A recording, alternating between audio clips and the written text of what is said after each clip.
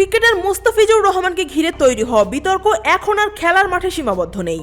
আইপিএলে বাংলাদেশি এই বাঁহাতি পেসারকে দল থেকে বাদ দেওয়ার ঘটনায় বাংলাদেশ ও ভারতের সম্পর্ক গড়াচ্ছে রাজনৈতিক উত্তেজনার দিকে। একসময় যেখানে আলোচনায় ছিল মুস্তাফিজের বোলিং ঝড়, সেখানে এখন কেন্দ্রবিন্দুতে দুই দেশের কূটনৈতিক টানাপোড়েন।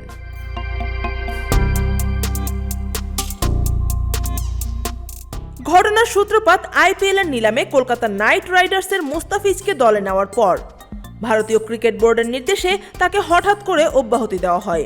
আনুষ্ঠানিকভাবে নিরাপত্তা বা রাজনৈতিক চাপের বিষয়টি স্বীকার না করা হলেও বিষয়টি ঘিরে দুই দেশেই শুরু হয় তীব্র প্রতিক্রিয়া। এরই ধারাবাহিকতায় বাংলাদেশ সরকার জনস্বার্থে বাংলাদেশে আইপিএল এর সম্প্রচার নিষিদ্ধ করার সিদ্ধান্ত নেয়। তথ্য মন্ত্রণালয়ের বিজ্ঞপ্তিতে জানানো হয়, সাম্প্রতিক পরিস্থিতি বিবেচনায় এই সিদ্ধান্ত নেওয়া হয়েছে। ফলে খেলাধুলার গণ্ডি পেরিয়ে বিষয়টি সরাসরি সরকারের নীতিগত অবস্থানে রূপ নেয়।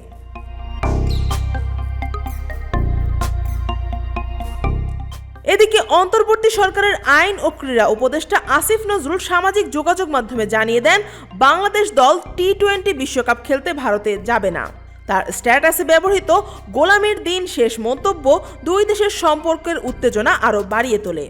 পরে বাংলাদেশ ক্রিকেট বোর্ড আনুষ্ঠানিকভাবে জানায়, বিশ্বকাপে বাংলাদেশের গ্রুপ পর্বের ম্যাচগুলো অন্য ভেন্যুতে সরিয়ে নেওয়ার দাবি জানানো হয়েছে আইসিসির কাছে।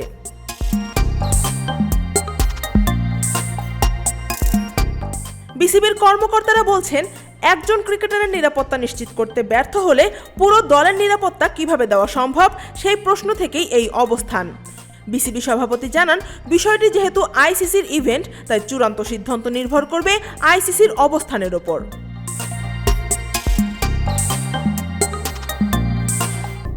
ভারতেও বিষয়টি একতরফাভাবে দেখা হয়নি। ভারতের সাবেক পররাষ্ট্র প্রতিমন্ত্রী ও কংগ্রেস নেতা শশী থারুর প্রকাশ্যে সমালোচনা করেছেন এই সিদ্ধান্তের। সাবেক ক্রিকেটার মদন লালও খেলাধুলায় রাজনীতি ঢুকে পড়ায় উদ্বেগ প্রকাশ করেছেন। বাংলাদেশের সাবেক ক্রিকেটার ও বিশ্লেষকদের একাংশ মনে করছেন, এটি পুরোপুরি রাজনৈতিক সিদ্ধান্ত।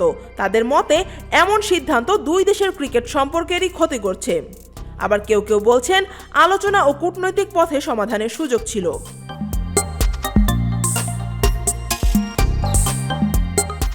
মুস্তাফিজকে ঘিরে যে ঝড় উঠেছিল ক্রিকেট মাঠে, তা এখন বইছে বাংলাদেশ ভারতের রাজনৈতিক অঙ্গনে।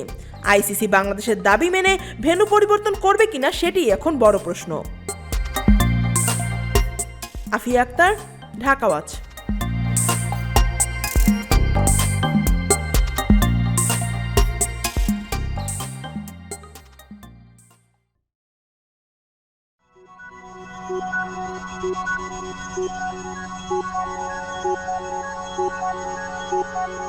Thank you.